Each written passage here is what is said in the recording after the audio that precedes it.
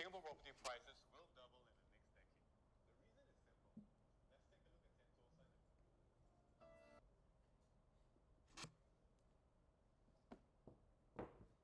look at Sentosa.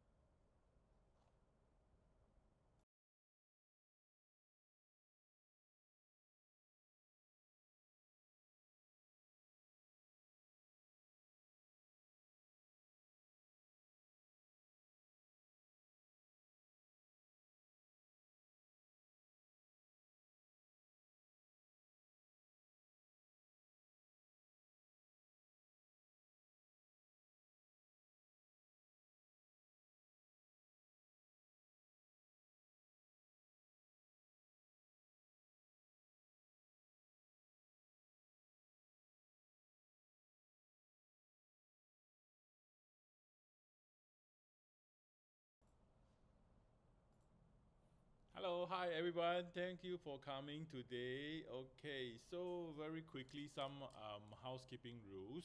All right, we'll be going through the main PowerPoint slide, which is talking about the sizing for Synology, which is a very big question where we have been asked many times, and especially also among the recent poll that we have done, especially when you fill in the form to attend the webinar for today.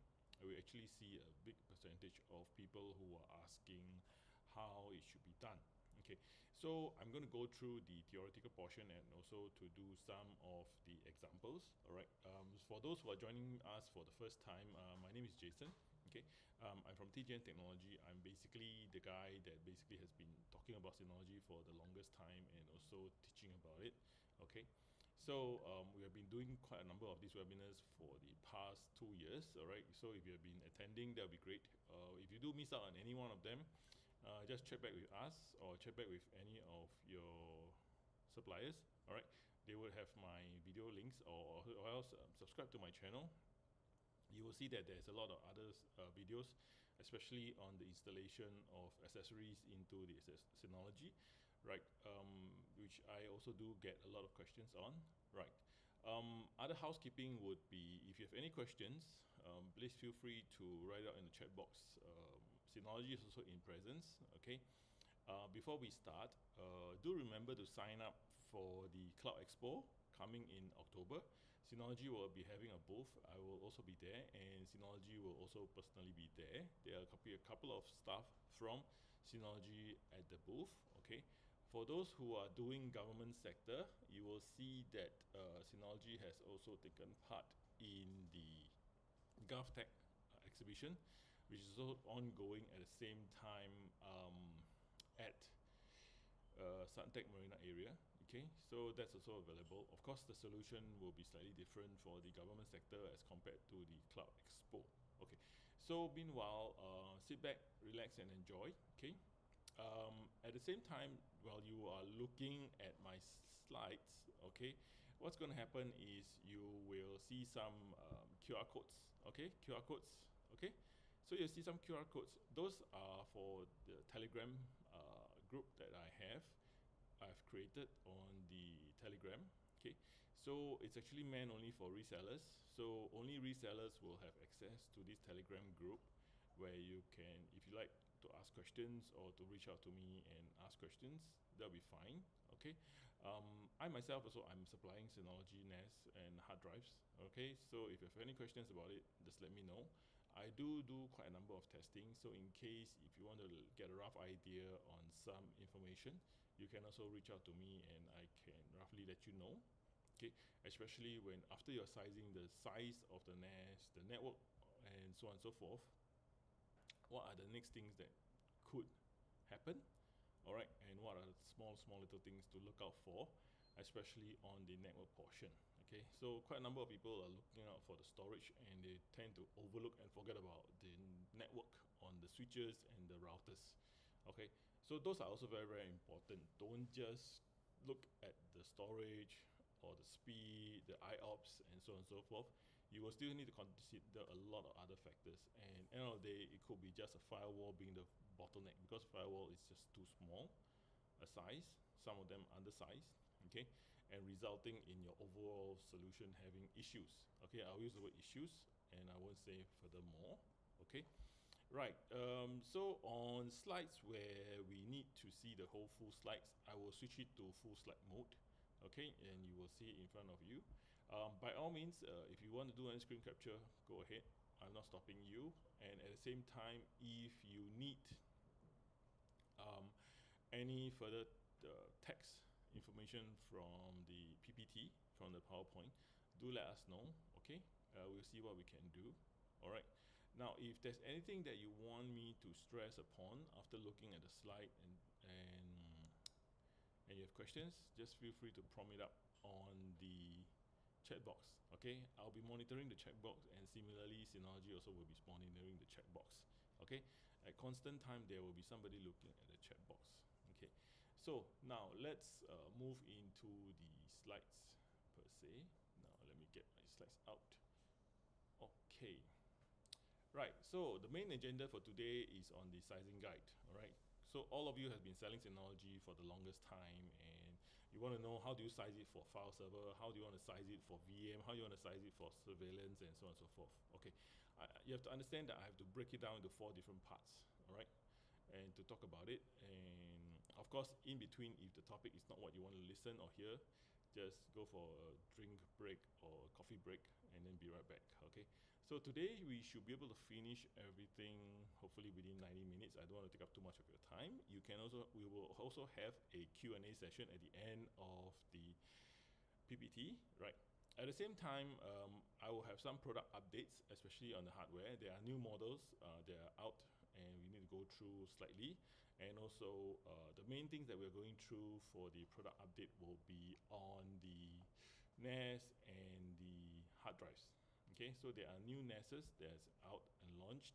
Okay, for the month of July, I would say. Right now we're in August, so August, July, and all the items that I mentioned are all ready for order. You can order it from your suppliers. It will definitely be available. Of course, there will be some lead time because it's just launched. So for new SKUs or parts, there tend to be some how do I say, some lead time involved. Okay, so now let's look at the slide and let's move on. Okay, so let's talk about the products first. Okay, so on products wise, as we know that Synology have, of course, from the very bottom, you have the J series, which is always recommended for home use. Okay, we don't recommend this for commercial or business use. All right, other than unless you are just using it purely as a data dump or just as a third or fourth form of backup.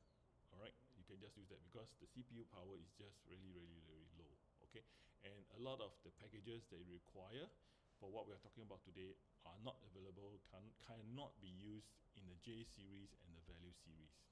Okay, right, so after the J series where you have the 120J, 220J, 420J, okay, next you have your value series. So you have your DS118, DS218 Play, DS218, and DS418. Okay, so all these are still valid. All the models are still valid. As I am showing it to you, all these are all the valid models. Okay, now of course when you talk about Plus series, this is the bare minimum that we will need when we're talking about for commercial and business use. All right, so for anything that's business use for less than 100 users, okay, the bare minimum that you can start off with would be the 220J, 220 plus, sorry, 220 plus. You can start with the DS220 plus and move upwards from 220 plus to 420 plus, 620 slim, 720 plus, and 920 plus. Okay, so in Singapore, people tend to ask, that will be what is the uh, most popular model in terms of DS. Okay, so the DS model would be the DS920 Plus. It's the all-time favorite in Singapore, I would say. Okay, because it's extremely value in a sense that it suits everybody's usage. Okay, and the fact that you can upgrade the RAM. Okay, once you upgrade the RAM, it can handle slightly more stuff, and also on top of that, you has 2 slots for the M.2 NVMe. Okay, now remember you have to use the Synology M.2 NVMe, all right, in order to fully utilize the performance of the SSD cache, right? So the next one up would be the newest model that we are talking about, which is the DS1522 Plus. Okay, oops, I haven't edited out for here. The next one will be the 1621 Plus and 1821 Plus, followed by the DS2422 Plus.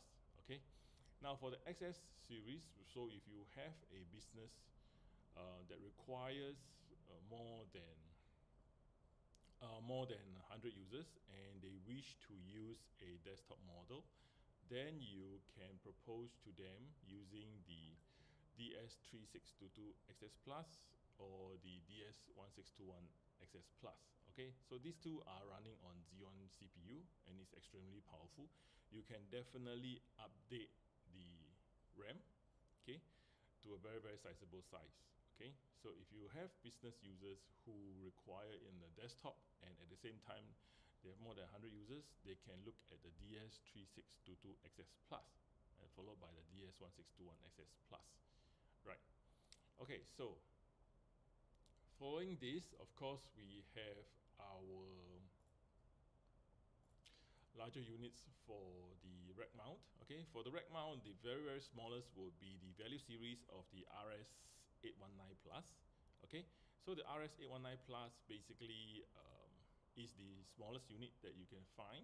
Not the smallest, but the lowest unit you can find for RS model. Okay, and then you have your RS822 Plus.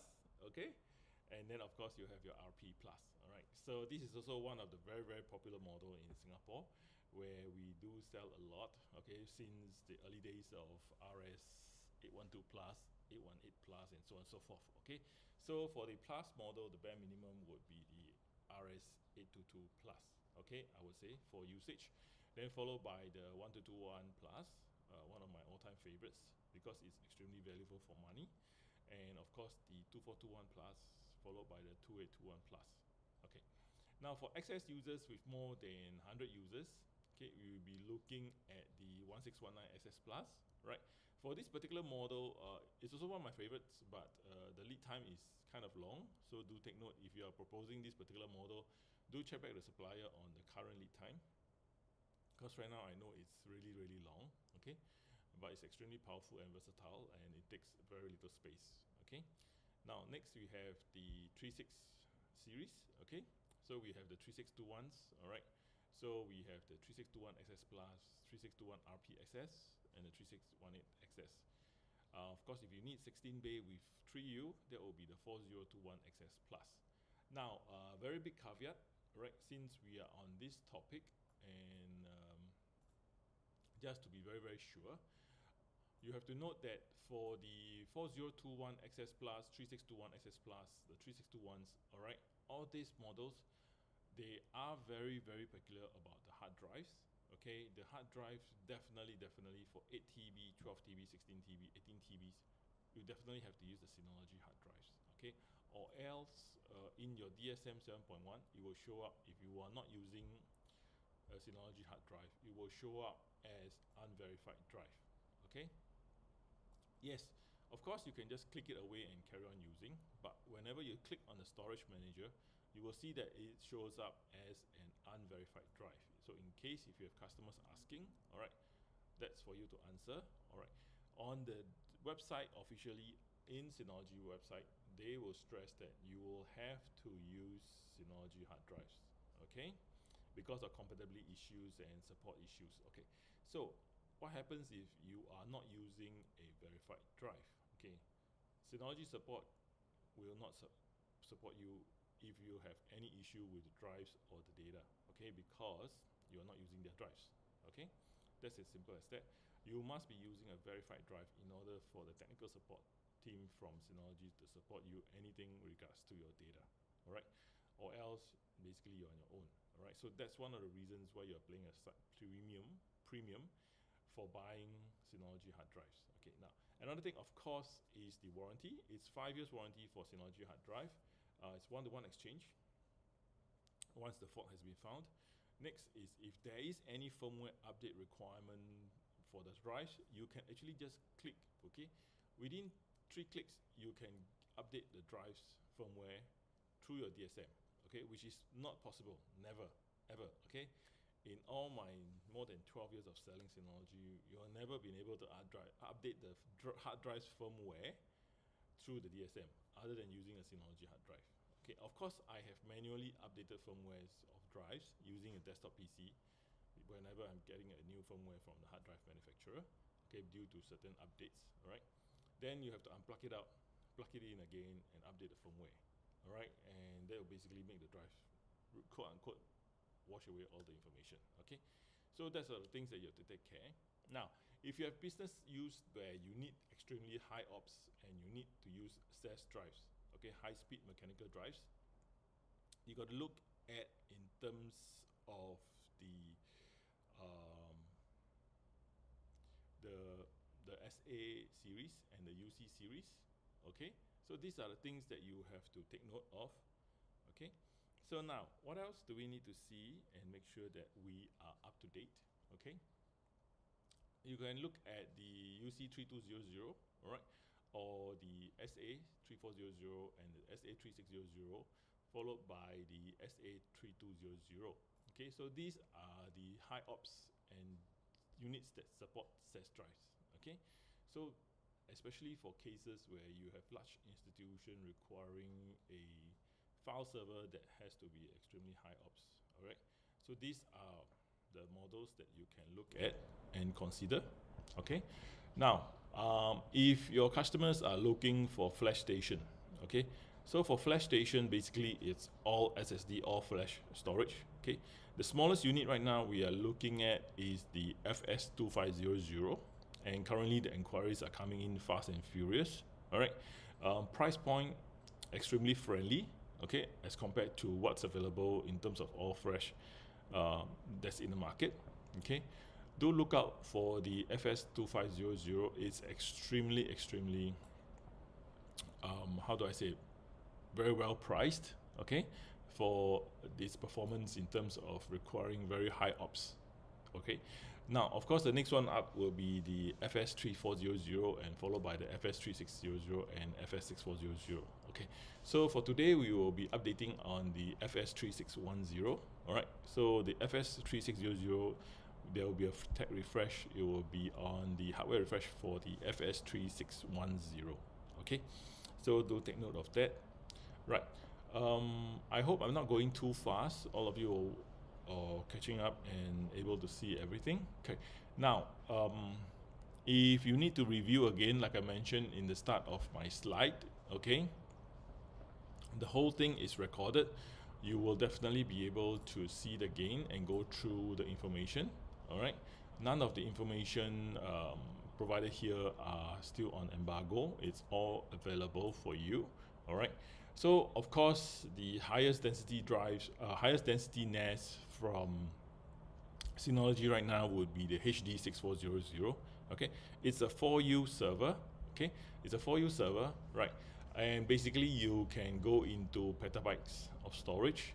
Okay, and in terms of CPU, it's basically using dual Intel Xeon 10 core CPUs. Okay, and it's using SAS drives. Okay, you can load up to 60 SAS drives, and you can further expand it with the RX 6022 SAS. 4 units of that will make you up to 300 units of hard drives. Okay, and do take note, you definitely have to use SAS drive.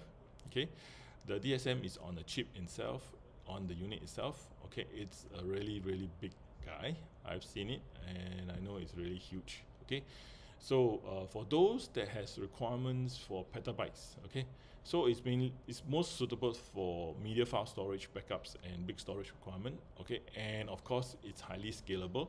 You can basically load petabytes, okay, into a 42U. Okay, because basically it just takes up 5 units, 5 times 4, okay, less than half of the 42U. You can load it up with petabytes. Okay, so that's one of the big good reasons for it. Right, if you have any questions, just feel free to type it out. Don't worry, we are here for you. Okay, right, now let's move on to the main topic for today, which is the sizing guide. Okay, so in terms of sizing guide, there are several things to look out for. So basically what I've done is I've broken them down into different individual topics based on the survey that you have done when you fill out the form to attend today's webinar, right? So, like I mentioned, today's webinar is only for resellers, so don't worry, there are no end users in here. So feel free to ask questions if you have any, right? So now the first thing that we need to do after we get a case or a requirement from a customer, okay? So you have a customer coming to you and says that, hey, I need this and this for my storage, and what are the things to look out for? Right, so the first thing is I want to identify is the usage. What are they using it for? Is it file storage or VM storage or cold storage, hot storage, surveillance? Okay, I tend to get quite a number of surveillance cases because not only am I in storage, but I'm also in networking. So I have questions ranging from networking, routing to storage. All right, so these are the things that I answer. Right. As usual, like I mentioned, you have your QR code here, right? You can sign up and join us in Telegram. So whenever I have information, I will put it into the Telegram group and you can share information. Right. After usage, what's the next thing that we're going to look out for is capacity. How much capacity? And is there any best practice or is there a guide as to how do we plan for the customer in terms of future proofing? Okay, so of course there is some stuff that is called the rule of thumb, where we will say that on average you will expand a company by 20% over a period of 3 years. So we will expand the capacity accordingly based on the company's expansion. All right. So generally we will look at 20% as a ballpark, and then we will start and jump from there. All right. And the next one will be the rate. What kind of rate do they need? A rate 5, a rate 6? Do they need a hot spare? And from there you can derive the number of hard drives that you need. Okay, so first identify the usage. Okay, usage, I will break it down in some of my slides. All right, so in total I have more than 40 slides today. Right, so talk about usage, talk about capacity, talk about rate. Okay, so once that's done, the next thing that you got to do is you look at the scenario. Okay, so this is definitely required. Okay, I'm gonna get myself out of here. Right. So in terms of scenario, you have to understand the scenario. Like I mentioned earlier, is it using it as a file server, as a backup, VM, or surveillance? All right. Now for file server, the first thing and very first thing that we ask is how many users? How many concurrent users? Okay. So this is very, very important. The reason why is, yes, you may have 200 users, but concurrently maybe only 50 are connected at the same time, and the rest are actually doing something else, or not in office, or they don't even come in. Doesn't mean that if you have 200 workers, your concurrent users is going to be 200. All right. Similarly for the routing and the switching, it's all the same. Okay. And of course, there'll be a VPN and all the rest of stuff. Leave that to the networking guys to figure it out. Okay. Next, when we talk about backup, if you're just using it purely for backup, the next thing you want to know is the number of devices. Okay. Knowing the number of devices is one thing. All right. And each of the devices, how much space does it need? Okay, so you have to calculate the storage, which comes on later. Now, if they are doing VM, okay, when we talk about VM, it could be any kind of VM. It could be Hyper Backup, it could be Citrix, it could be anything. Okay, so first thing first is you want to know the capacity. All right, and is it using as a VM storage or as a VM server? Okay. Of course, you can contact Synology and double check, especially if you are doing VM. Okay, VM tends to be a bit tricky.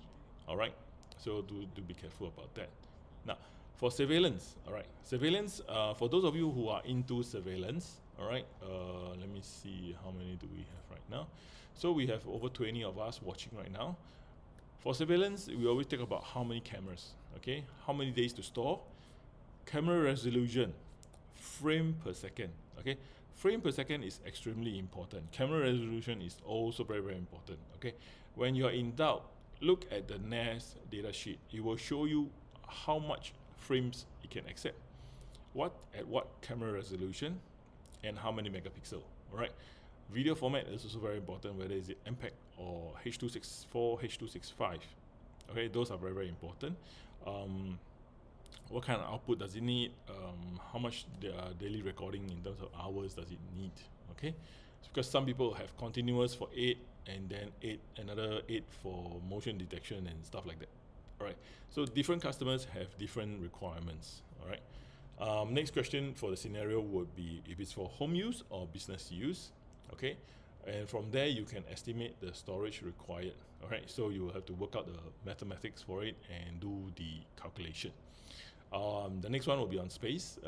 Does the customer take a desktop NAS or rack mount NAS? Okay, and rack mount, don't forget, you either put it on the tray. For the small 1U, putting it on the tray is fine. Okay, for those 2Us, you definitely need to buy the rack mount kit. Okay, don't forget, the rack mount kit is optional. All right, and different models have different kits. All right, especially for the flash station. Okay, now next, check with the customer if they have any preference for RAID. Of course, my standard will be I would normally go for RAID 5. Okay, because it's safe, and of course the redundancy is there. Okay, and of course don't forget there's still the backup 3-2-1. Okay, make sure you back up 3 copies on 2 different media and 1 offsite.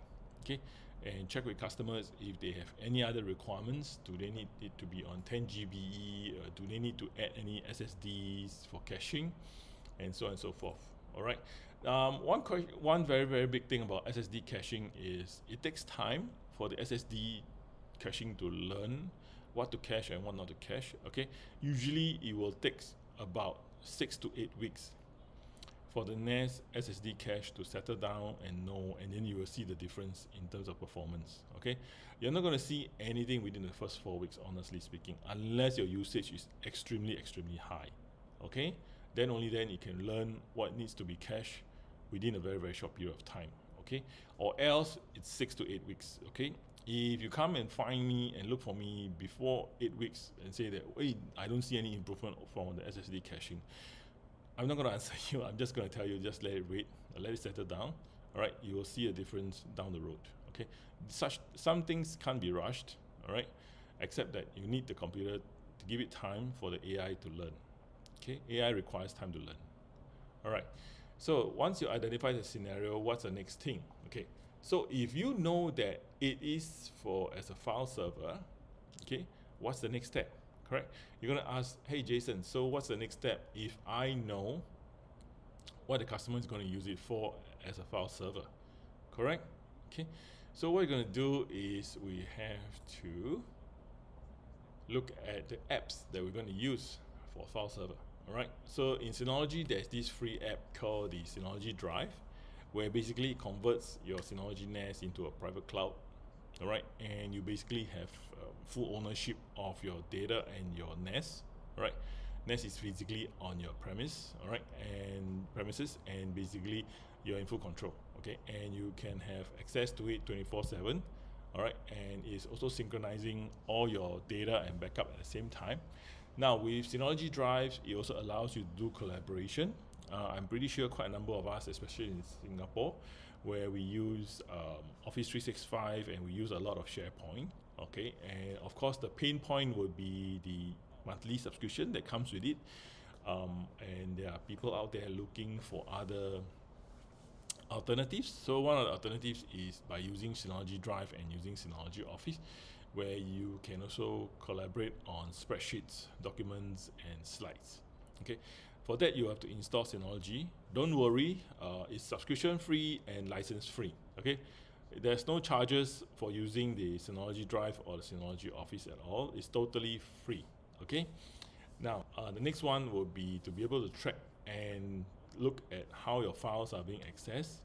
All right, with the admin tool that comes with Synology Drives. Okay, of course only the administrator will be able to see all this, and definitely you have to use Synology Drive in order to be able to track your files. All right, if you are just using it as a file station, no, it's not going to happen. Okay, so the recommendation is to go Synology Drive, and then you can be able to do a lot of tracking.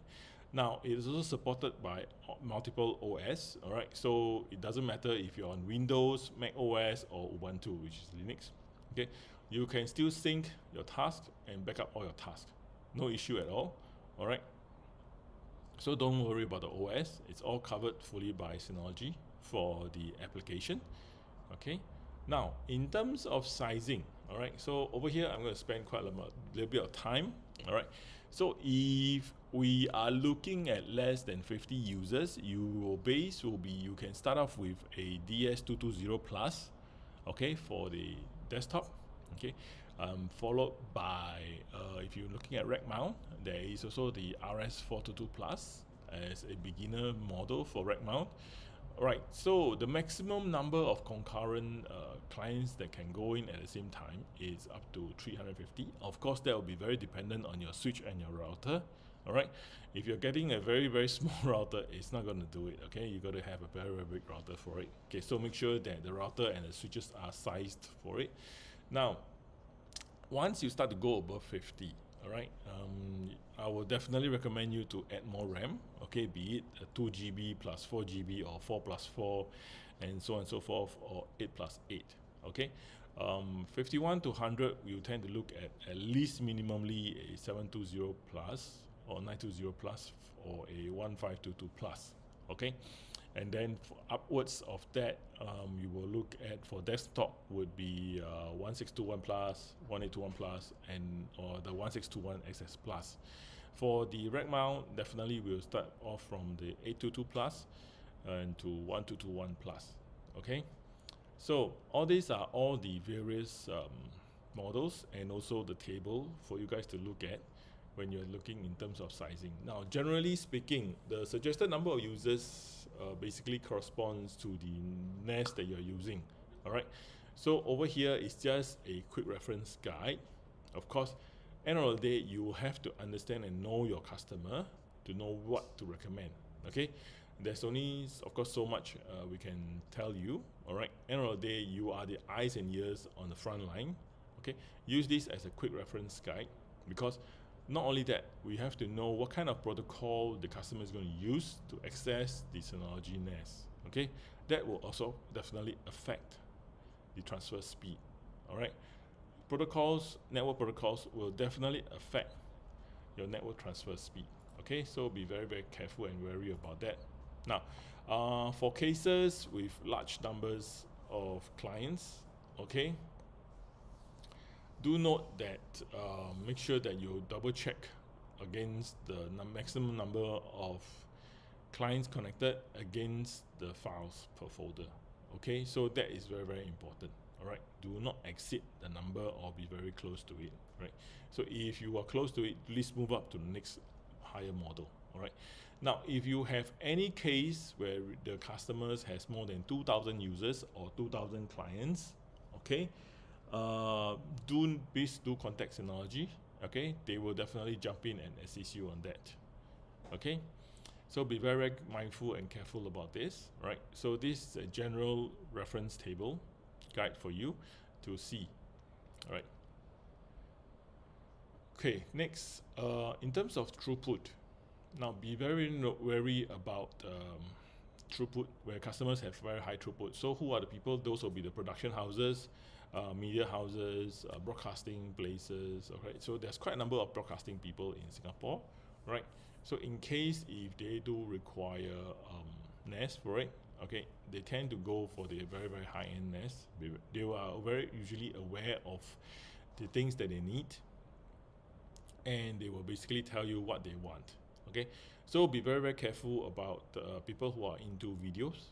All right, like myself, I'm also doing quite a number of videos, and I have learned quite a fair bit along the way for the past 2 years since my first video started.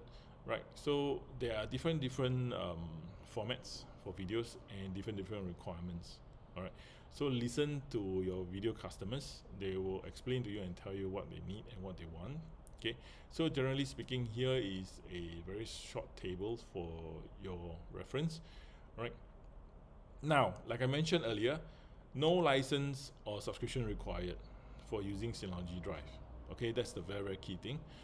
There are also no additional subscription or license required for the NAS. All right, the NASes, you can definitely extend the warranty. All right, for those that are 3 years, you can do to 5 years. Okay, you just have to purchase either EW201 or 202. Now, be very mindful about the extended warranty.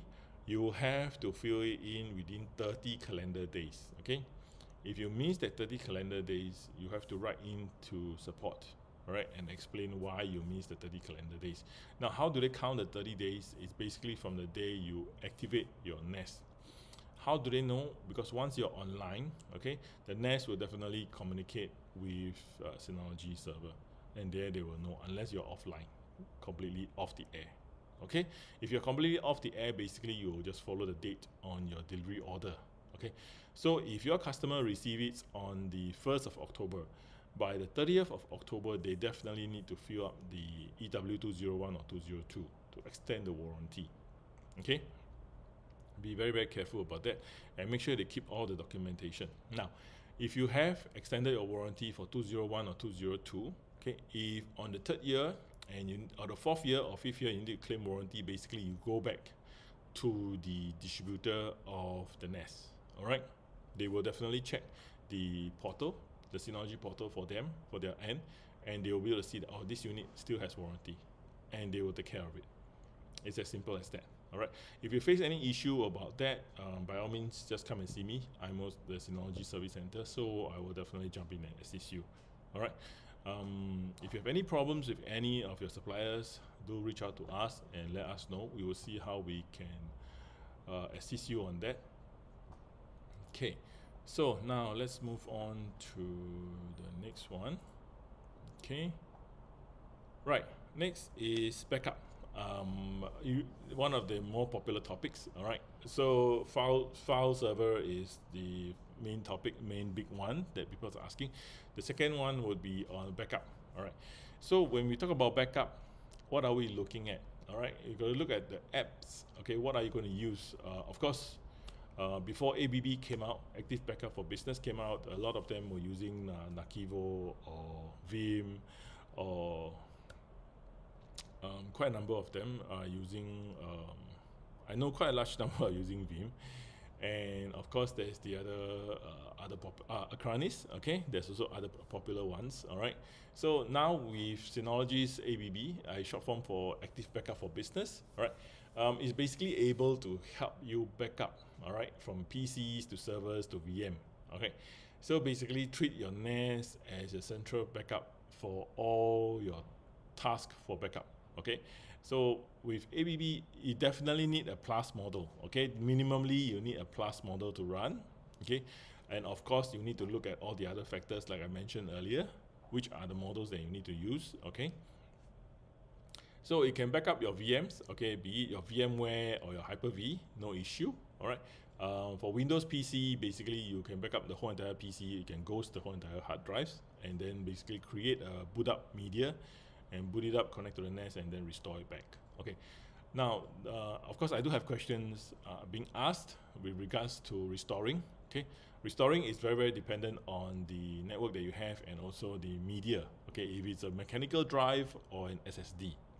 Okay, the general rule of thumb is if you want to back up a notebook with 400 GB of SSD data on a gigabit LAN network, it will take you less than 45 minutes. Okay, with no interruptions. Okay, let me repeat myself. With no interruptions, if you want to back up 400 GB of data via LAN cable, all right, SSD, it takes about 40 odd minutes. All right, it's very, very fast. Okay, now, of course, you can also do physical server. So if you are running a physical server, you can also back it up to the Synology Nest as per normal. All right. Now, for the PCs, you need to install an agent and run the agent for it to sync up with the Nest. Okay. The good thing about ABB is it's extremely fast, reliable, and basically it keeps on running. Okay. And you can, of course, also do schedule reporting. The deployment wise, you can do it in batches. Rule of thumb, do it in 10, 10, 10, 10, 10. Okay, what do you mean by 10, 10, 10? It means 10 PC at any one time. Similarly, for the backing up, it's the same. You will have 10 PCs calling back, be it PCs or laptops. All right, you'll call back to the Nest to back up. The very first backup is always very, very painful. Okay, remember to provision additional extra time. Okay, for the backing up for the very, very first time. Okay, because for the very, very first time, it's going to be a big, huge chunk of data coming out from outside into the Nest. Okay, so it's going to be a lot of congestion. All right. definitely a lot of congestion. Okay, I'm not joking about this. Okay, all right. So you need to space out your backup schedule. All right, don't tell the customer, oh, don't worry, 40 PCs we'll get it done within 3 days.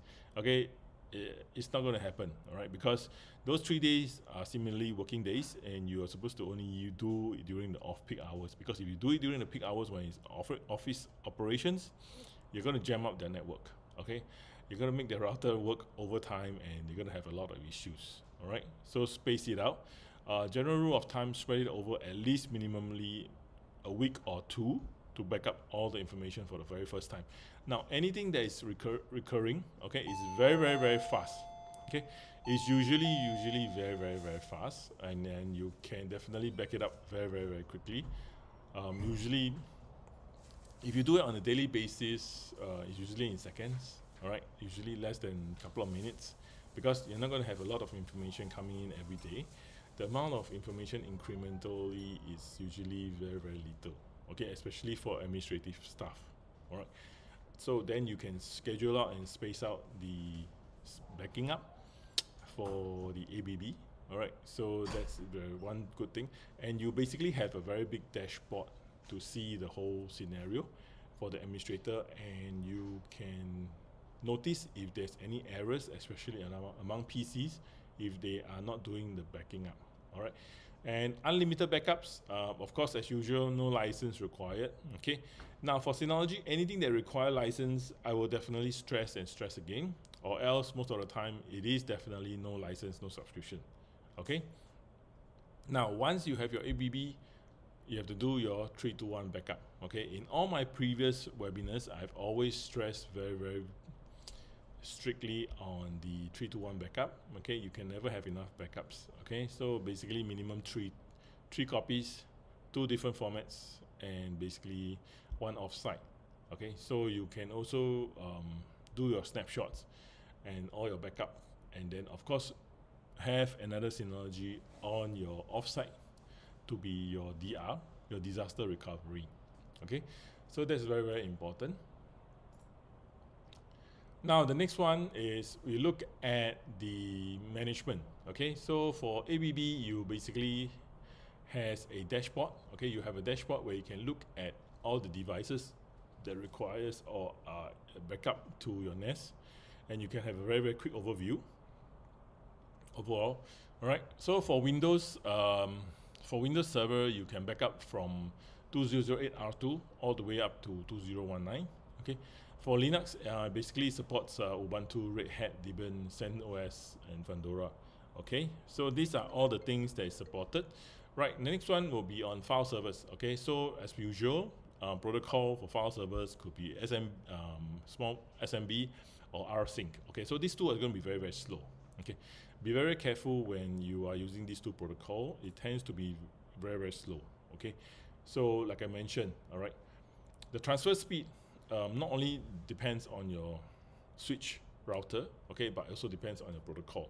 Okay, like SMB, there's V1, V2, V3, and so on and so forth. Okay, so different protocols will basically land out with different speed because of the encryption and stuff like that. Okay, so be very mindful and careful about all this. Okay, so all this we're just speaking from experience, right? So now if you are looking at a VM backup, all right, so over here you have an example of a VM vSphere backup. All right, so you will basically connect your hypervisor, and then you connect, and then you can back up your VM. Okay, so be it on a VMware or Hyper-V, doesn't matter, it just operates the same. Okay, so now in terms of sizing, okay, so as usual, we look at the number of devices. We don't look at the number of users. All right, so some companies may have more devices than users, right? So based on the number of devices, then you look at the desktop, okay, or the rack mount. Okay, so depending on what you need, right, and where the customer comes from. So based on the number of devices, you will count, and of course, don't forget to add the RAM. Okay, RAMs are very important. Now, if you are mainly doing backup, SSD will be optional, but RAM will be good. Okay, as usual, completely free of license. All right, just make sure that you plan out the storage. Okay, now in terms of planning for storage, similarly, just look at your file server storage and how much space they need. Okay, so then you derive, and basically if the customer is going to use it for 3 years, you got to make sure that it's planned out for 3 years. Okay, make sure that it's planned out for 3 years, and of course every year check with them what kind of incremental data they need. Okay, usually it's about 20%, so from there you just add it on and then you'll get your numbers. Okay, so here are some additional tips. Okay, so once if you have the following figures in details, it'll be more precise for you to estimate the total storage capacity required on the Synology NAS. All right, so you need the total size of all the devices. Okay, what's the average daily change rate? Some of them will add 300 megabytes, some of them may add quite a fair bit of information. Okay, from there you do the mathematics. Okay, the number of versions. All right, so for ABB you can keep up to 255. All right, it's huge, it's massive, but not, of course you don't have to do that. Usually some people keep it for 30 days, 60 days, or 90 days, and they do it on an interval of a weekly or daily basis. Okay, now if you still don't understand, all right, so we just take a look at a very simple case scenario. Okay, where you have a plus b plus c, and then basically you get a d. All right, so basically if you once you know the total number of terabytes, okay, and the average change rate, so on average they may the daily they may add around 3%. Okay, and depending on if they need to keep 79 versions, okay, which is 30 plus 1 for the last 49 weeks, because 1 year there's 52 weeks. Okay, and of course the deduct rate is 40%. Okay, then you just do the mathematics here. Okay, all right, and you calculate and get the total storage capacity that you need. Okay, let me remove myself so you can have a better understanding from the slide. Right, so for example, if you need 1 TB, all right, on average is 3%, so you add 3 megabytes, all right, and then 30 megabytes, and you need to keep 79 versions, and then followed by the deduct rate. Okay, so it's a times 1 plus b times c, okay, in bracket, and then multiply by 1 minus d. So from there you will get your total terabytes in terms of capacity. Now this is before RAID. Okay, take note, this is your raw storage space that you need before RAID. Okay, so if you're going to do any form of RAIDs, please note that you need to factor that into your calculation for the number of hard drives. Okay, so that's very important. Now I'm just going to leave this here for a couple of seconds for you guys to read through.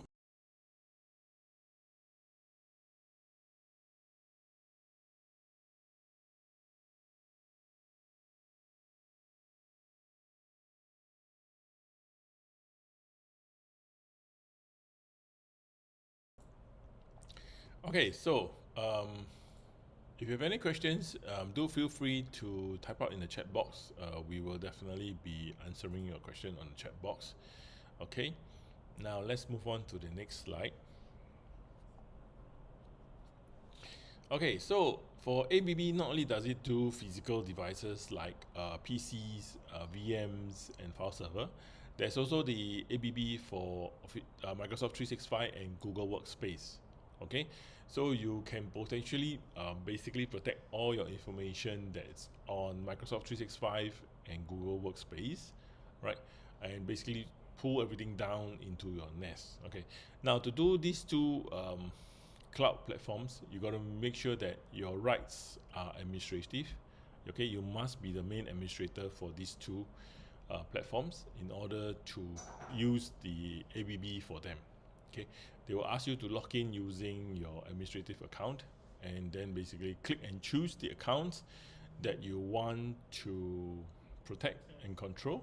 Right, so you will download and you can select whether you want everything or just certain things. Okay, like for example, for Google, you can choose to store only the mail, contacts, calendar, and the drive. For Microsoft 365, you can opt to back up the drive, the SharePoint, the Exchange, and Teams. okay, regardless of which plan that you are on with Microsoft 365. Okay, that's very, very good and very, very beautiful, right? Or else you will have to buy the archival plan from Microsoft, regardless of plan that you are with, in order to have a backup. Right, so with the Synology Drive, Synology Hard NAS, it basically gives you the free app, okay, called Active Backup for Microsoft 365 and Google Workspace to pull everything down and store it on premise. Okay, you don't have to purchase additional storage space from them. Okay, or you can just buy the bare minimum storage space from them, and you can archive the rest. Okay, so why? Because one thing is, of course, you want to make sure that you don't have employees deleting things everywhere. Okay, you got to make sure that you store a copy on premise yourself rather than on the cloud. Okay, on someone else's computer or someone else's storage.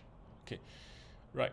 So Active Backup as a storage, right? You'll see that for Microsoft 365 or Google Workspace, there will also similarly be a dashboard for the administrator to look at and to know how many accounts and how much space is being used. Okay, so for that, the sizing for using Microsoft 365 and Google Workspace, all right, take note, is based on the number of accounts or users, right? They may have created additional emails, but there's no physical users for it also, so take note of that. I have seen quite a number of cases with regards to that. All right, now make sure that the storage capacity enough to back up all the information. Okay, you have to know how to estimate the storage capacity. Okay, as usual, no license required. Buy the NAS, buy the hard drive, and of course buy your services to help them configure it and install it, everything. And basically that's, hang on, that's the main thing. Okay. Okay, so Anthony, good question. Right. So can I know what is the average time needed using SMB3 to back up a PC the first time, and also the time needed on sequential snapshots? Okay. For SMB3, and if I'm talking about, you didn't tell me if it's SSD or mechanical drive, okay? Because the rewrite speed is going to be very, very different, and assuming everything is going to be on gigabit LANs and space wise, like I mentioned, if you are doing on average PC, I think it's about maybe 500 GB. Example, if it's just a admin stuff, usually their PCs is usually storing between 400 to 500 GB of information or less. In fact, I've seen some less. For the very first time, it may take up to about, I would say, less than 2 hours. Mechanical drives, yeah, it could be maybe, yeah, close to 2 hours for the very first time for near to 500 GB. Okay, and sequential subsequence will be very, very fast because it depends on how much incremental stuff they do. Like on 3%, maybe a couple of minutes. Okay, I'll say way less than 10 minutes. All right, it'll be less than 10 minutes for sequential backups. All right, on a daily at 3%. All right, on gigabit LAN. Okay, not on Wi-Fi. Okay, don't do it on Wi-Fi. I don't recommend to do it on Wi-Fi. Don't do it on Wi-Fi. Okay. I hope that answered your question. Right, so how do we calculate data size on Microsoft 365 and Google Workspace? Okay, for the past couple of years since these two came out, okay, email services tend to take up most of the backup storage. Okay, and of course, as usual, the number of emails coming in, okay, basically you will be able to get it. Right, so look at the current size of the mailbox. Okay, it basically represents how much space the mailbox of the 365 or the workspace has occupied. Okay, the daily number of emails, that means the number of incoming and outgoing. Okay, the reason why incoming and outgoing is because when you have incoming email, you need to store it. When you have outgoing email, you're also still similarly storing it on the same platform. Okay, so take note of that. right? So what's the formula to estimate the storage requirement? Okay, so the formula is on the slide. All right. Basically, you take the current mailbox storage space usage plus the average number of incoming and outgoing emails per day, multiply the days of retention. All right. So, for example, if some of you keeping for 90 days or 180 days, okay, multiplied by the average size of emails, at the buffer percentage, okay, of 10%. Okay, 10%. That will give you the average mailbox size over the period of retention. All right. Now, to get the total estimated total storage, you will get the estimated mailbox size, which is the above formula, which I just mentioned. All right, and divided by 80%. Okay, so that will give you the estimated storage space. Okay, now you can count based on, for example, on average a person gets about for normal office worker you get about 60 emails. All right, each email if in text, okay, we don't talk about attachments, it's about 250 kilobytes. All right, so if we need to retain it for 3 years, all right, it's 1095 days, and buffer it for 10%. Okay, then basically you will get your information for that. Okay, yes, Anthony, you definitely group it in tens. Okay, because ABB has a limitation where it can't do more than 10 at any one time. Okay, be it for the very first time or for sequential. Okay, now as usual, like I mentioned, if it's a mechanical drive, it tends to be slower. It tends to read about max up. Some it's about low 200s. Okay, depending on the drive that you're using, so I can't really comment because there are too many kind of drives out there. If you're using SSD, as usual, that'll be better, that'll be faster. It can match up with the gigabit LAN speed that you have. Okay. Right, I'm just going to leave you guys alone for a couple of seconds to look at this slide to get a rough idea on the formula. Right, if anyone needs the formula, do reach out and then let us know. Okay, or else just reach out in the Telegram group. I will copy and paste the formula in the Telegram group for you. Okay, now right, I'm just going to leave you guys to read through.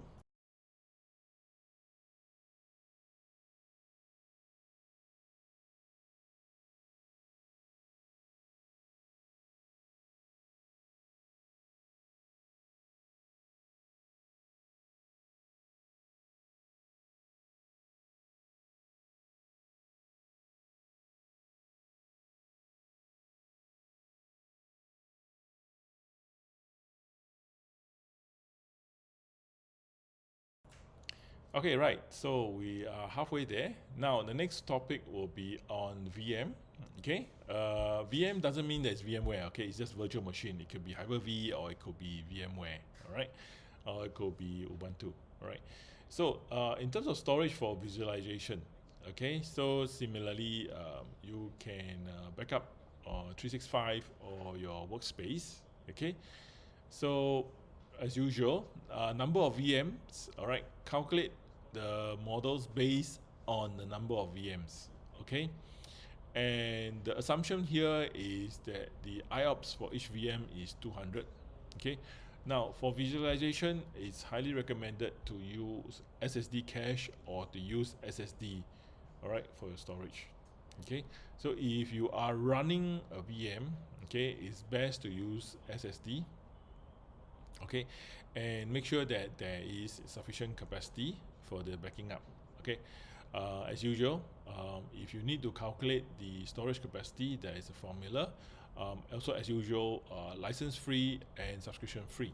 Okay, do take note, the number of VMs is very, very important. Okay, most of the time you will definitely go the rack mount. Okay, and you will definitely need to increase the RAM for the units itself. Okay, so for VM, as usual, take note of the IOPS that's required by the customers. They will definitely let you know, or else you will have to definitely check in with them depending on the machines that they have. All right. Okay. Now, if you are running VMs on the NAS itself, all right. So basically, Synology has the VMM. Okay.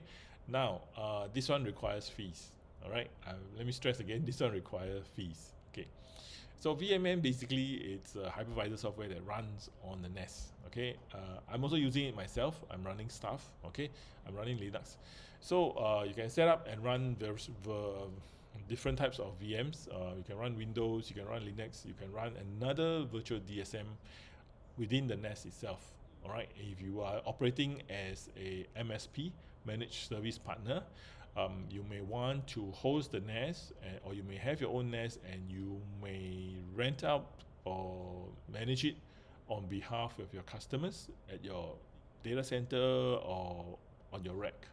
Okay, there are various ways to do it, or in some cases where I've seen is companies being a holding company, they may have many subsidiaries, and they may purchase one NAS and run multiple virtual DSM within the NAS, and for each individual virtual DSM is basically sub out to each of the subsidiaries. Okay, there are such companies and such customers where they will rent out their NAS.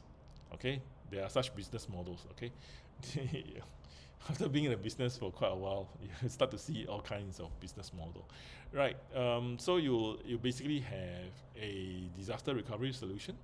Okay, basically for the very basic VMM is totally free. You can run a number of VMs. Okay, if you need more, all right, then you need to purchase the VMM Pro. Okay, it comes in packs of 3 and 7. Validity is between 1 year and 3 years. Okay, all right. So for that, you will need to renew. Okay, you definitely need to renew. Okay, what happens if you don't renew? You can't basically update it anymore. Okay, similarly for the virtual DSM. Okay, each NAS supports one free virtual DSM. So for each NAS, you can actually create another, if it's plus model, minimally plus model with additional RAM. Okay, every VM that you run will eat into the CPU. Okay, threads that you have. All right, so you do the multiplication for the VM. Okay, and also the RAM. Okay, VM will eat up your CPU and your RAM. Okay, it doesn't come free. Right, VM has to find the CPU power and RAM from somewhere. Okay, and there is of course its own formula to calculate how much RAM it requires.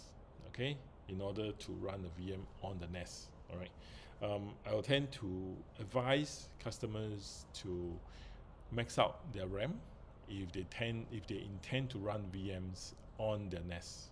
Okay, because you have no idea what they're going to do with the VMs. Okay, so some tips and tricks for VMs using the VMM. Okay, right. So you want to know how many VMs will be running on a NAS. Okay, there is definitely a very big limitation on that. Okay, basically you got to look at the CPU threads. All right, how many threads they have, and then that's how many virtual CPUs vCPUs you can run. All right, and how many guest OS they're going to run on the VMs. So what are the guests will be those Windows servers, CentOS and stuff like that. Okay, what kind of service and application?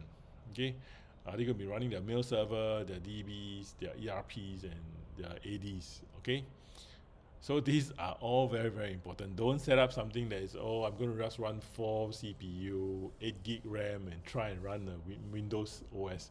It's not going to cut it. It's not going to work. Okay. So far, a high percentage of people running on VMs for the NAS are the Linux people. All right. They tend to run a lot of Linux stuff on the Synology NAS as VM, and they will run all their other Linux application on the NAS itself. All right.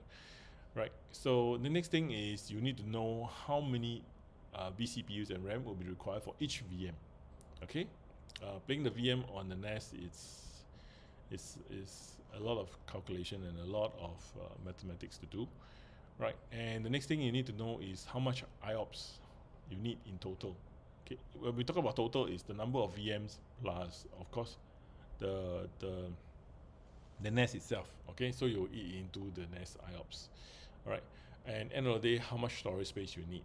Okay, now once you created the VM, all right, there's only limited things that you can edit or change once it's done. All right, so be very, very mindful about that. Okay, um, I will highly suggest for those who are willing to explore VMs on NAS, okay, set up your own lab. Make sure you have your own lab to test it out and try it out and know how it actually behaves and work. Okay, and then you can move on from there. Okay, can you do HA on VM? Yes, you can do HA on VM. I am currently doing that also. Okay, it works. All right, HA on VM works. Okay, um, HA on VM works. All the applications are working fine. All right, it's been running fine for years, and no issue. When you are updating any of the DSM, you have to be mindful of your VMs. You need to shut down. You need to have plan out the shutdown period, okay, for the VM and also for the NAS. Okay, make sure you back up everything first before you do any updates. Okay, so that's very, very important. Okay, like I mentioned earlier, be very, very mindful of what you want to do with the VM, especially if you want to use the VM on the Synology NAS. Okay, and take note, if you want to run a lot of VMs, okay, you need to get the really big units, and basically you need to purchase additional licenses. Okay, right. So let's move on from there. Okay, now the next thing we want to do is we have to know how to check specs, system memory, and add RAM when required. Okay, these are very, very common stuff, right? So the first thing first is the RAID type. Okay, so basically for Synology there is the basic RAID, the JBOD, RAID 0, RAID 1, RAID 5, RAID 6, okay, and upwards. Okay, you can go 10 and even F1, okay, for the SSD. Okay, so all these are all the basic RAID types, right? Now for the hard drives, okay, I can't stress enough, please do use Synology drives, okay, be it the SSDs, the NVMEs, or the mechanical drives. Okay, there is a very, very big advantage for that. Okay, now for the SATA SSD, the very smallest one will start from 480, 960, 1.9, and upwards of 3.8. Okay, of course bigger capacity will come along the way, as we have seen from their mechanical drives. Okay, so don't worry about that. Now for the M.2 cache, all right, there are basically two SKUs. There is the 2280 and the 22110. Now be very careful about the wait, let me remove this one.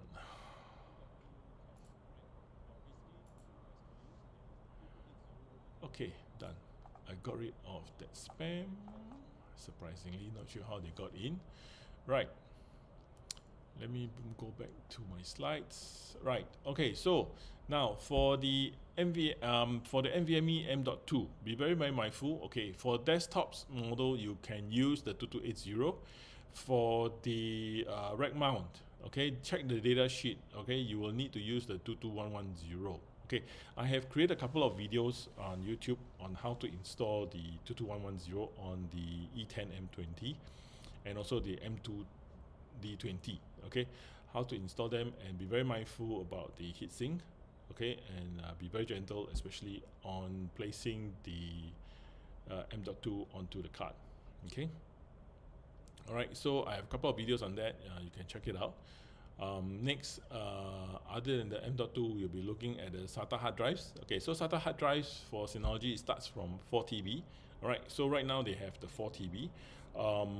Enterprise drives, all of them are enterprise drives. It comes with 5-year warranty. So you have 5 years warranty on the SSD, the M.2, the HTAT, the SAS drives, SATA drives. Okay, all of them has 5 years warranty. One-to-one exchange with your supplier. All right. If you have any issues, as usual, look for me. I'll try my best to settle it for you. Okay, you have 4 TB, you have 8 TB, 12 TB, and 16 TBs. All right, and 18 TBs.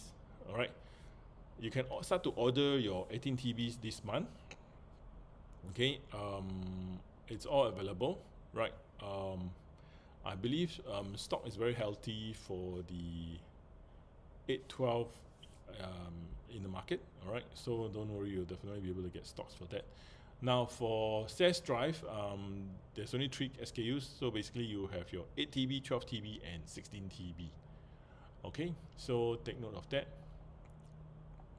Okay, um, now as usual, the advantages of having a Synology hard drive is basically the performance. Okay, compared to third-party hard drives, which is the standard brands that you have. Okay, there is definitely an improvement in terms of the read-write speed. Okay, definitely.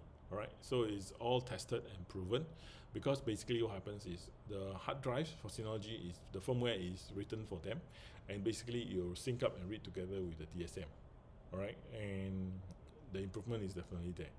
We do definitely see a much better improvement in terms of the read write.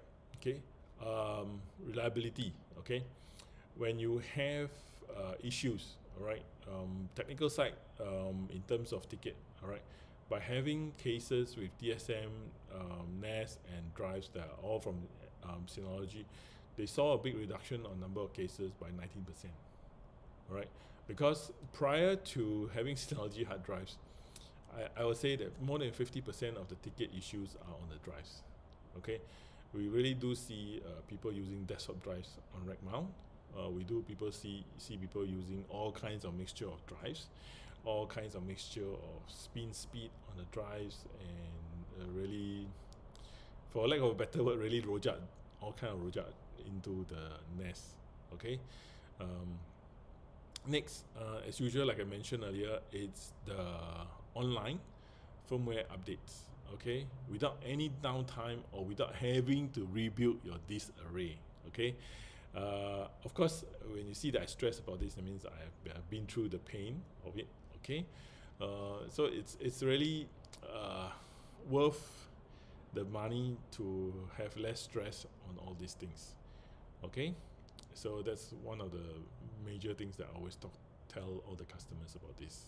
Okay, right, as usual, very quick table to show you. Now with Synology hard drive, you can update the storage manager, okay, online. All right, the hard drive doesn't need to be plugged out, all right, for the firmware updates, as compared to other drives. Okay, in terms of the update, basically is much faster. Restoration time is also much faster. Let me remove myself. Okay. Okay, so basically you will see a very huge improvement in terms of the update timing, and also in terms of system recovery and restoration. Okay, it's a lot more much faster. Okay, um, over here the example they're using is a FS model. Okay, so it'll be all fresh station. Okay, so this is one of the major advantages in terms of using the Synology hard drives. Okay, right, the next topic will be on surveillance. All right, if any of the surveillance guys are in here, please reach out in the chat box. We can talk about it. Right, Synology has also the surveillance software inside the app. Okay, currently it supports more than 8,000 cameras, but don't worry, any cameras that is OnVIF supported profile S, no issue. Okay, definitely no issue, so don't worry. Right, you can also do CMS. That means to have multiple sites. You can have one site in Jurong, one site in Woodland, one site in Bedok, and then your boss in CBD wants to see, no problem. Okay, you can sync it up, and he can look at every camera, no issue. Okay, now camera license. All right, of course, one of the big bugs for customers on this is camera license. Okay, all Synology NAS comes default with 2 camera license. Okay, 2 camera license. The number of license that you can add, look at the data sheet. Okay, look at the data sheet, because basically it looks at your frame rate and your codec and your camera. Okay, what's the resolution that you need? Okay, study that. Now for normal Synology NAS, all comes default with 2 camera license. NVR model comes with 4 camera license. Okay, DVA comes with 8 camera license. Okay, now the license pack comes in pack 1, pack 4, and pack 8. Okay, all license pack are perpetual, one time only. Okay, you just have to purchase one time, input it into the NAS. All right, and then that's it. There's no additional licenses or additional subscription required. Now, one very popular question that I get from customers doing surveillance. Okay, buying the license. After buying the license, what happens? Okay, what they worry about is what happens if the nest dies. Will the license die together with the nest? Okay, so don't worry. Once you sign up your nest, okay, there's two things that you can do. All right, for me, is always register it to a Synology account. Okay, once you can prove that the nest belongs to you, okay, and you have the license, okay, you copy it down. Okay, now if you want to move, okay, can you move licenses from nest to nest? Yes, you can. You are allowed to move from nest to nest. Okay, so basically if customer has previously bought a 918 plus, okay, and now the customer has expanded, okay, and wants to do much more, and you have 4 licenses, you purchase additional 4 licenses for the one DS918 plus, and right now customer wants to increase to 8 and they need a bigger nest, and they have bought a DS1522 plus. So what are you going to do with the 4 licenses? Okay, what you can do is log into the 918 plus, remove and delete the license.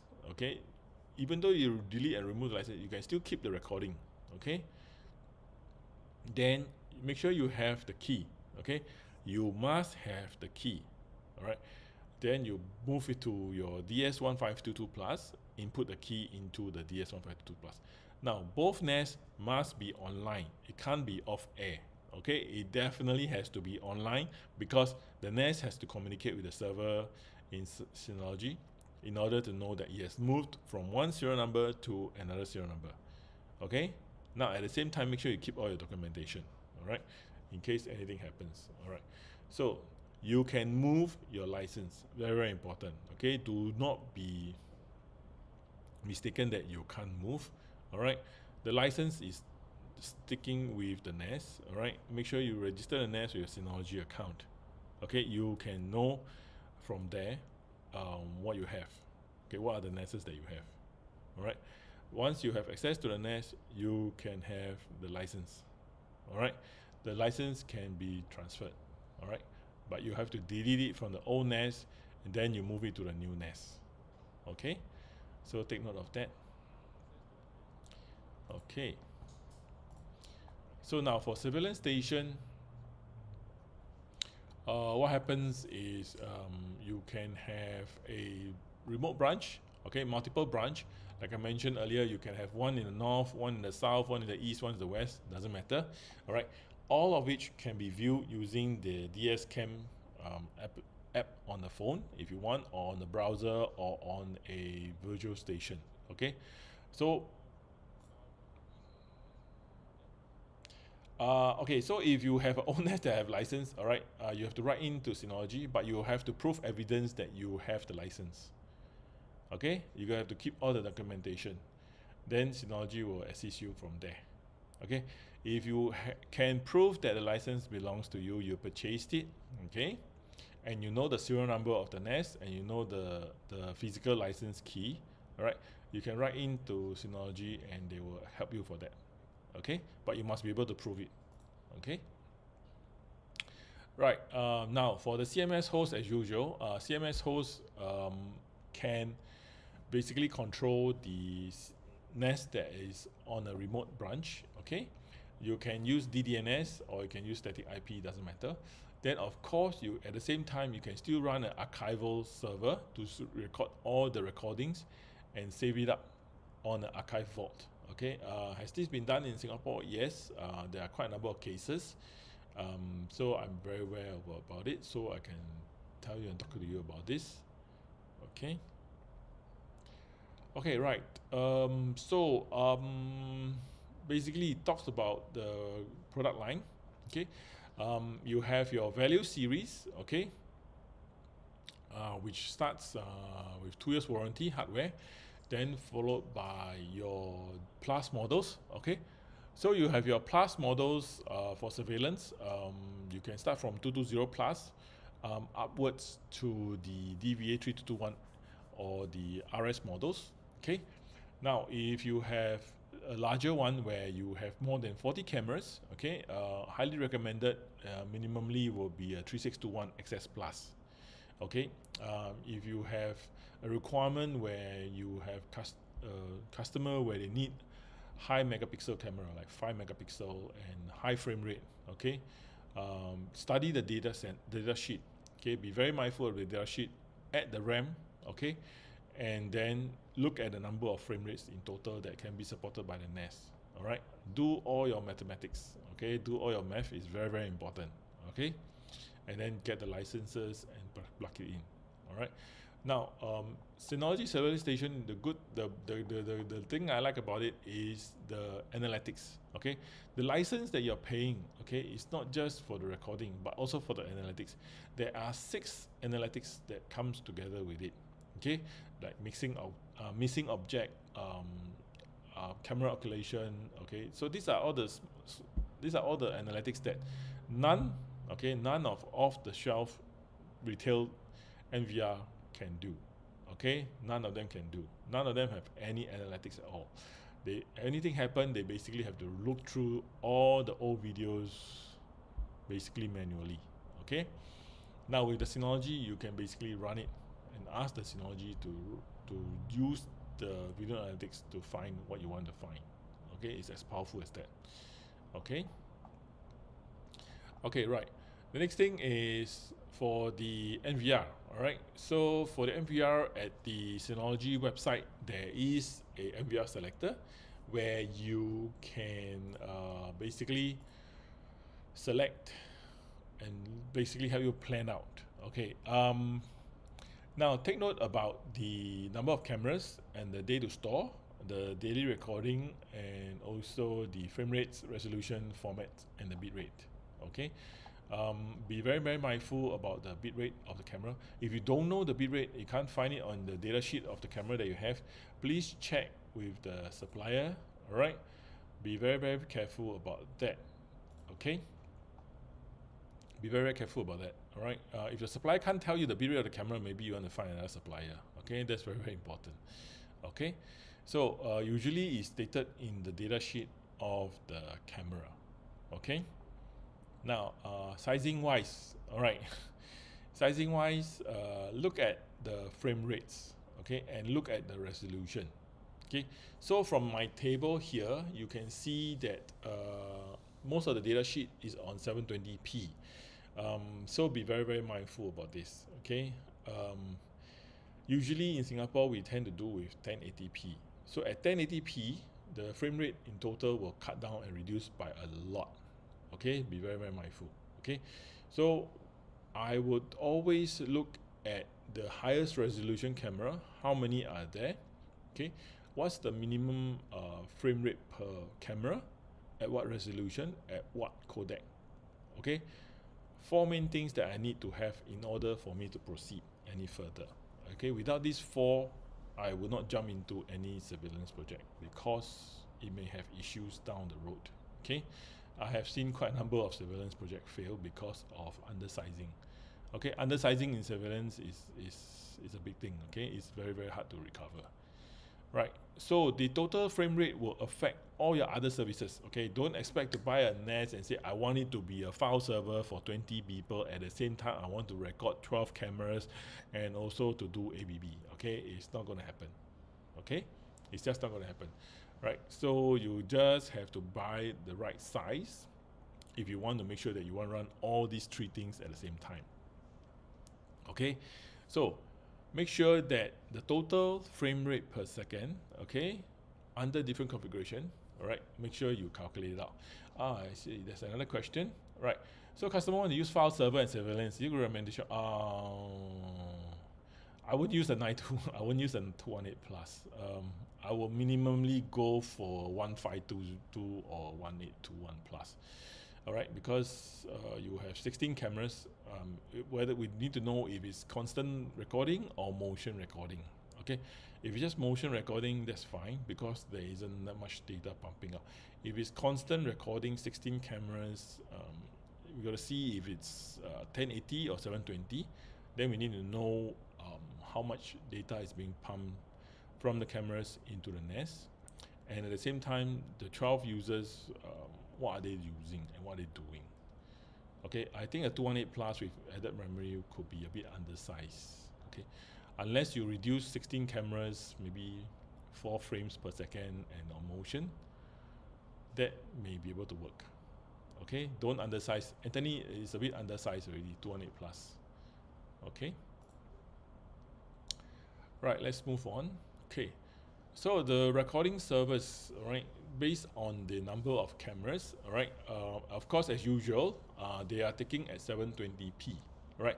This PPT is using 720p, 720p, so be very, very careful. If you're using 1080, you got to discount it by a lot more, right? So the number of recording cameras, basically, for a 920 plus, yes, I have seen 12 cameras at 720p. It still runs with added RAM, okay, and it works, okay, just as a pure NVR. Okay, the 920 wasn't doing anything else but only as a pure NVR in a FMB location. Okay, FMB location is very useful because they tend to have a lot of disputes. Yeah, I'm not surprised.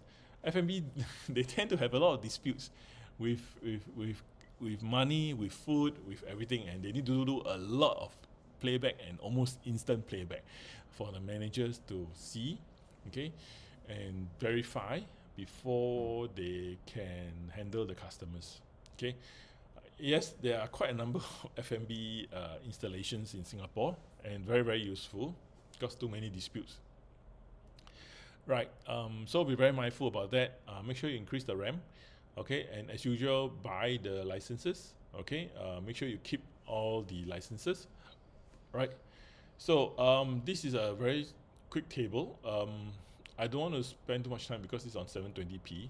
For Singapore side, we tend to use 1080p. We don't really need 30 frames per second. 25 is fine, okay. When it's in business, 25 is fine. All right. Anything less, don't go below 12. Okay, don't go below 12 frames. Right. So in terms of Synology's website, okay, at Synology's website, they have a very useful tools. Okay, there is the NAS selector. So basically, it helps you on theory select a NAS, but it's not going to tell you how much RAM you need. Okay, there's also the NVR selector. And of course, there's a community, there's a forum. You can go in and check it out. Of course, there's a knowledge base, KB, support, rate calculator, and of course, if you need to do a live demo, there's a live demo. The live demo allows you to play around with it, but limited functions. Okay, it's not a full function DSM. Now, for the rate calculator, very, very useful. I like it since the early days of 2010. Okay. Right, support wise is there where you can create ticket. Okay, yeah, so these are the useful resources online on Synology website itself. Okay, so you don't have to run anywhere to look for it. Just go straight to Synology website. They will have all the information for you. Okay, whatever that you need is all in there. All right. Right, so next will be on the hardware updates. All right, I'm sure many of you are waiting for this new update. All right, okay, there are some new accessories add-on for the NAS, which I will also talk about it, which I have actually spoken about it a couple of months back. Okay, for those regular attendees, you would know and see that see some similar stuff again. Okay, so now for the flash station, there's a new one, which is the FS3410.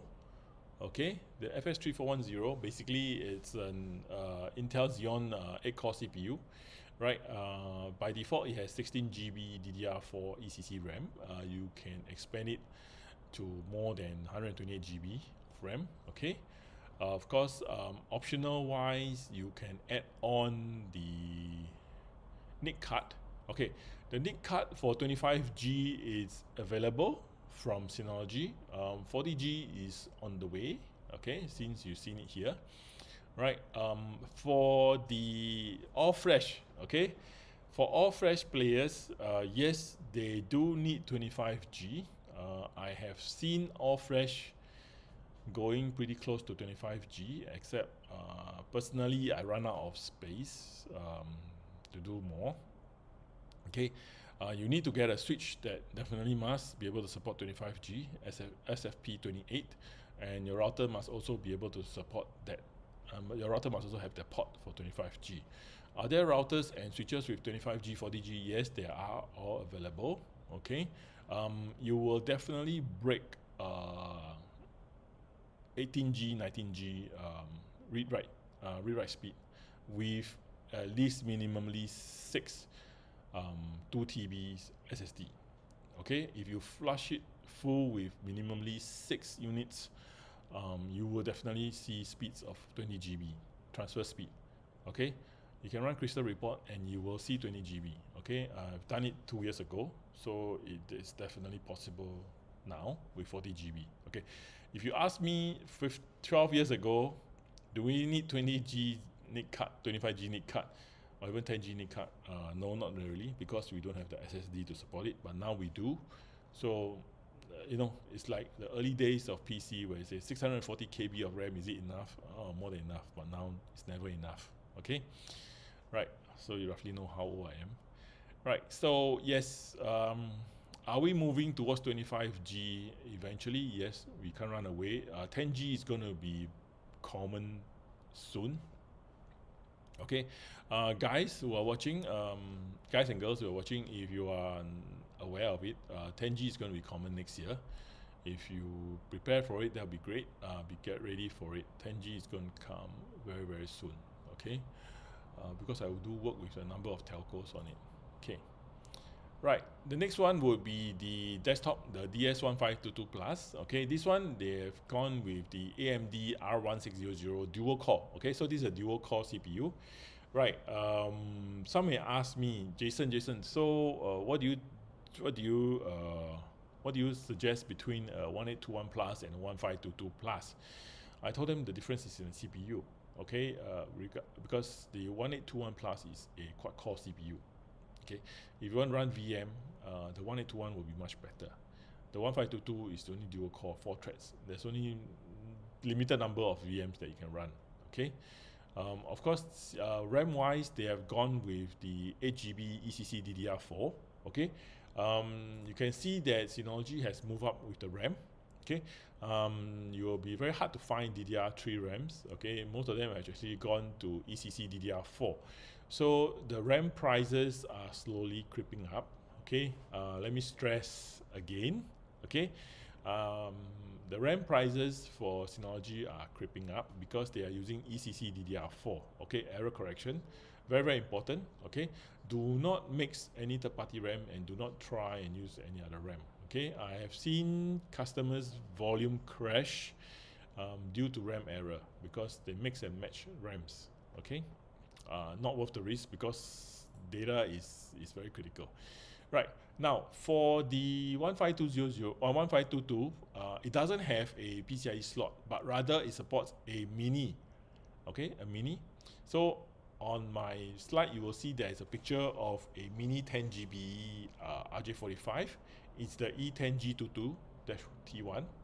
Right, it's a RJ45T base. It supports mGig. Okay, what we say by mGig in networking is it supports 1000, 1 gig, 2.5 gig, 5 gig, and 10 gig. Okay, it's similarly still running on copper. All right, of course, minimally Cat6. All right, if you can go Cat6A, that'll be great. All right, minimally Cat6. All right, in order to achieve 10G. Okay, now this is the upgrade module in order to work for the 1522 Plus. Okay, of course, it still has its 41G ports inside. It's all there. All right, so don't worry. You can still do your LACP on your 41G ports. Okay, but it still can't compare to one single 10G port. Okay. Now for drives, as usual, 5 bay. You can add 2 more expansion, then you get 15 bays. All right. Okay, so this is 1522 Plus. It's available for purchase. Right. The first batch has all been sold out. The second batch is coming in soon. All right. So that's for 1522 Plus. Now next is on the hard drive.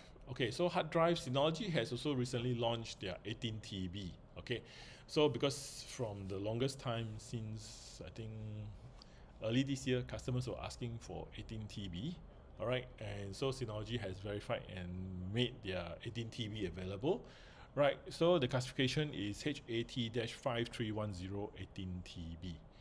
Okay, the transfer speed has gone up. Right now, the drives can do 268 megabits per second. Okay, 268 megabits per second transfer speed. For the 8 TB, it has also improved the transfer speed to 248 megabits. Previously, it was 220 plus. Okay, the low 20s, the low 220s. They have improved it to 248 megabits. Okay. Of course, the more drives you have, and at rate 5, you will definitely achieve much higher um, transfer speed. Okay. So one of the reasons to use Synology hard drive, like I mentioned very much earlier, is the transfer speed. Okay. Okay. Any questions with regards to the new product so far? Anybody?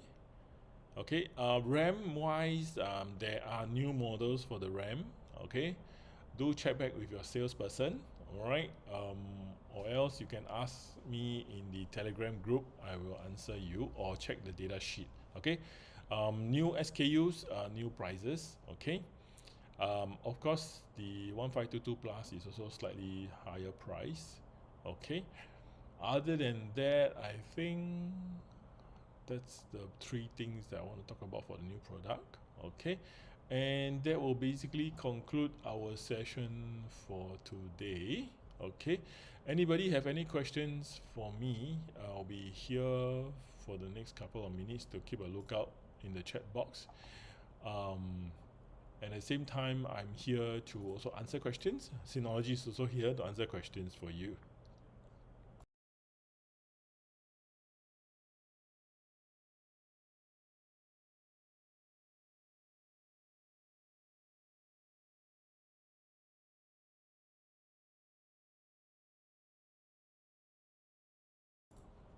Right.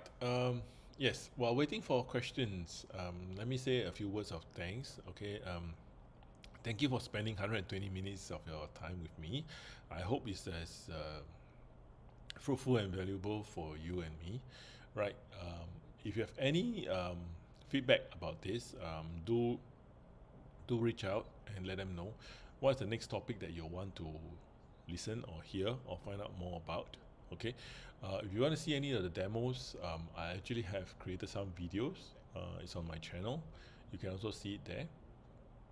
And especially in terms of installation, I've done a few videos on installation to be very mindful of what to take care when you're doing installation for RAM and for the SSDs.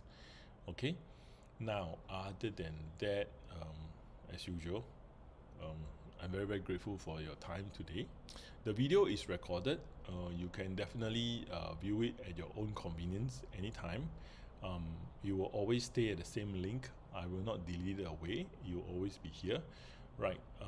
Other than that, do remember to subscribe to my channel and keep a lookout for new stuff that I'll be always posting on the YouTube channel.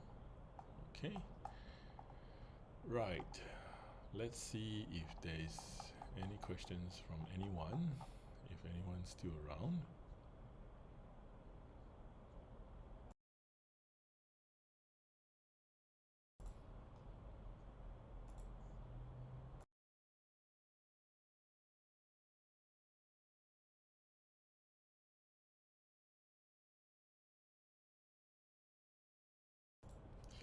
The prices, the price for the 18 TB should be out this week.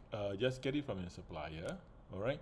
And also, when the stocks will arrive, just check back with your supplier, they will know, okay? And they will be able to advise you on that. Meanwhile, 16 TB are still available on the market, in the market.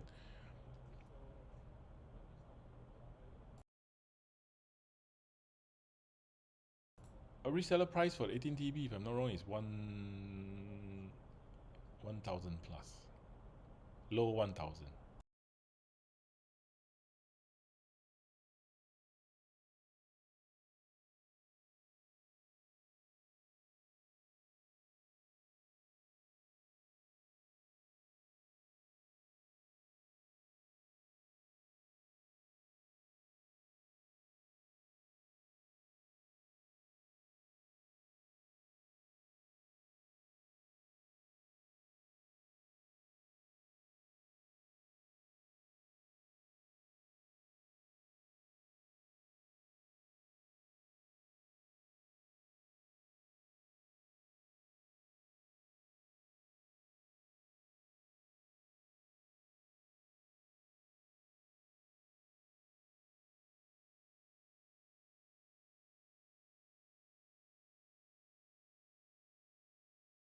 Currently, the SSD for the HAD for 2.5 inch is 3.8 TB.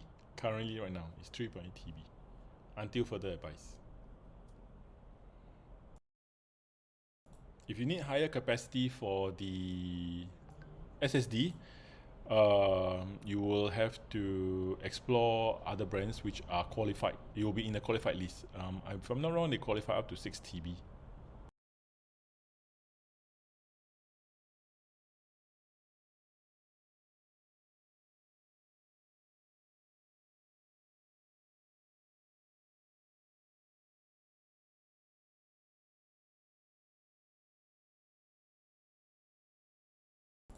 Okay, I got feedback. The 18 TB is below 950 SGD. The 18 TB Synology drive is below 950 SGD.